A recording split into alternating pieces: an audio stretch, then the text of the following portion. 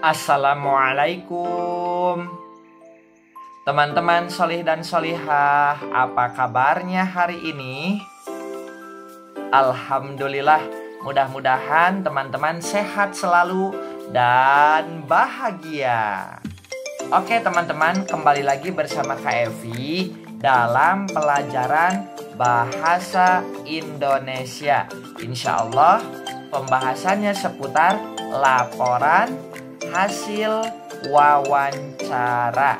Namun agar kegiatannya semakin diberkahi, kita ucapkan dulu Bismillahirrahmanirrahim. Nah teman-teman, sebelumnya Kak Evi mau bertanya ke teman-teman, siapa yang pernah mewawancarai seseorang? Oke teman-teman, pernah ya. Teman-teman mewawancarai siapa? Ayah. Oke, terus siapa lagi? Bunda. Oke, teman-teman mewawancarai apa? Iya, makanan kesukaan mereka. Terus apa lagi? Pelajaran kesukaan mereka, dan seterusnya. Kemudian pertanyaan berikutnya, setelah teman-teman melakukan kegiatan wawancara, teman-teman itu pasti mendapatkan informasi. Nah, agar informasi itu diketahui oleh banyak orang, kira-kira langkah selanjutnya apa teman-teman? Betul sekali, menuliskan laporan hasil wawancara. Nah, jadi sederhananya laporan hasil wawancara itu ya kalian buat agar informasi dari kegiatan wawancara diketahui oleh banyak orang. Nah, sekarang pertanyaan yang ketiga. Bagaimana sih membuat laporan hasil wawancara itu? Ada yang tahu teman-teman? Oke, Kak Evi akan sampaikan ya. 1. Membuat laporan hasil wawancara itu, teman-teman harus memperhatikan unsur-unsurnya. Dan ada 7 unsur-unsur laporan hasil wawancara. Insya Allah nanti akan Kak Evi sampaikan. Yang kedua, dalam penulisan laporan hasil wawancara, teman-teman harus memperhatikan kosa katanya itu harus baku. Kemudian kalimatnya yang kalian buat harus kalimat efektif, seperti yang pertemuan sebelumnya kita pelajari bersama. Baik teman-teman salih dan salihah, insya Allah kita akan mengetahui bagaimana cara membuat laporan hasil wawancara. Ini dia penjelasannya. Tujuan dari pembelajaran kali ini yaitu siswa dapat menuliskan laporan hasil wawancara dengan benar. Laporan hasil wawancara merupakan tulisan yang berisi seluruh kegiatan wawancara yang telah kamu lakukan dengan narasumber. Pada materi sebelumnya, kamu telah melakukan wawancara dengan narasumber. Kini saatnya kamu melaporkan hasil wawancaramu. Dalam sebuah laporan wawancara, ada 7 hal atau bagian yang harus ada. Ketujuh bagian tersebut yaitu ada latar belakang, yang kedua tujuan, ketiga topik wawancara, keempat waktu dan tempat wawancara, kelima nama pewawancara dan narasumber, keenam hasil wawancara, dan ketujuh kesimpulan. Mari kita simak penjelasan dari bagian laporan wawancara tersebut. Yang pertama yaitu latar belakang wawancara. Bagian ini berisi alasan mengapa kamu melakukan wawancara kepada narasumber, Contohnya, kami siswa kelas 4 mendapat tugas untuk melakukan wawancara tentang tumbuhan dan hewan kepada masyarakat di sekitar tempat tinggal kami. Yang kedua yaitu tujuan wawancara. Pada bagian ini berisi tujuan atau maksud mewawancarai narasumber. Contohnya, tujuan dari kegiatan ini adalah untuk menggali informasi lebih lanjut dan memperdalam pemahaman kami tentang berbagai hewan dan tumbuhan di sekitar tempat tinggal kami. Bagian yang ketiga dari laporan wawancara yaitu topik wawancara. Bagian ini berisi tema atau topik wawancara yang kamu lakukan. Contohnya, topik wawancara tentang tumbuhan dan hewan di sekitarku. Bagian yang keempat yaitu waktu dan tempat wawancara.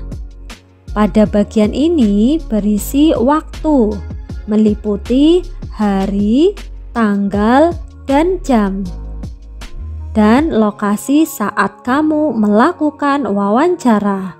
Contohnya, wawancara ini dilaksanakan pada hari, tanggal, Kamis 9 September 2021. Waktu pukul 8 sampai 9. Tempat Kampung Mekarjaya.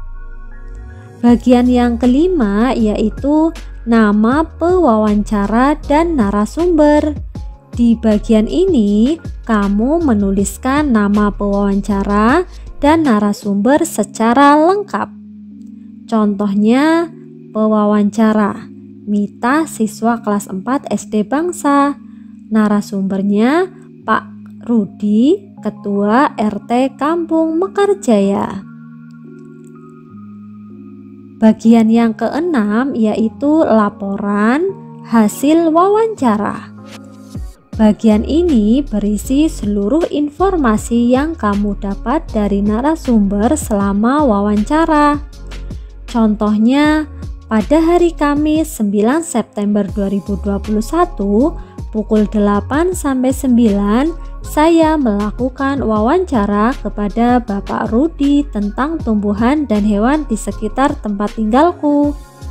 Pak Rudi menjelaskan ada beberapa tumbuhan yang bisa tumbuh subur di Kampung Mekarjaya, yaitu tumbuhan kelapa, sehingga kampung tersebut terkenal sebagai penghasil kelapa.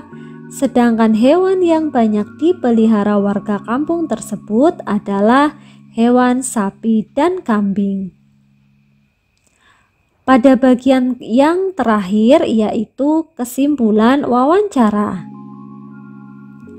Pada bagian ini kamu menuliskan kesimpulan berupa garis besar atau pokok dari hasil wawancaramu dengan narasumber.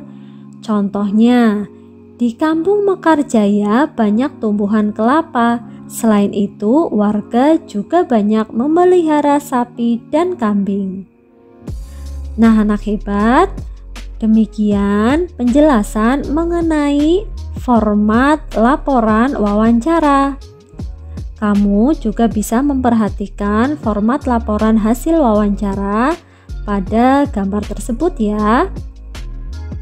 Ibu ulangi lagi formatnya, yaitu yang pertama kamu tulis latar belakangnya, selanjutnya kamu tulis tujuannya, yang ketiga topik wawancaranya, yang keempat waktu dan tempat wawancara, yang kelima nama pewawancara dan narasumber, yang keenam hasil wawancara, dan yang terakhir yaitu kesimpulan.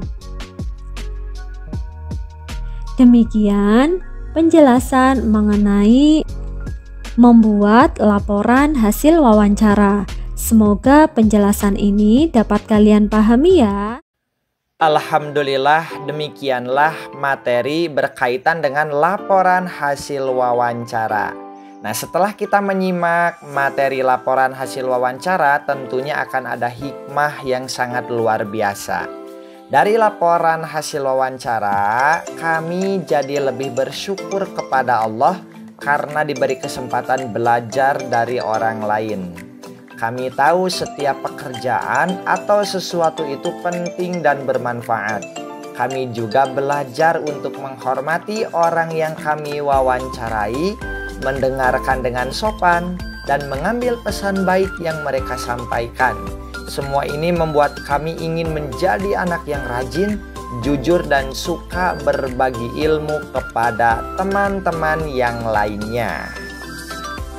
Nah, teman-teman, demikianlah untuk pembahasan bahasa Indonesia pada kesempatan kali ini berkaitan dengan laporan hasil wawancara.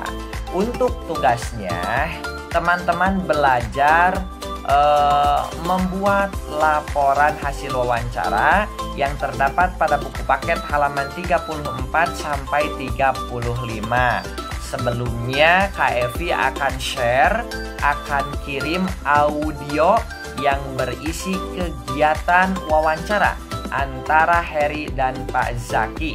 Setelah teman-teman menyimak audio tersebut, barulah teman-teman bisa mengerjakan laporan hasil wawancara pada buku paket halaman 34 sampai 35. Terima kasih teman-teman atas kerjasama dan semangat belajarnya hari ini. Insya Allah kita bertemu pada kesempatan yang lainnya. Kita akhiri dengan sama-sama mengucapkan hamdalah. Alhamdulillahirabbil alamin. Wassalamualaikum warahmatullahi wabarakatuh. Dadah.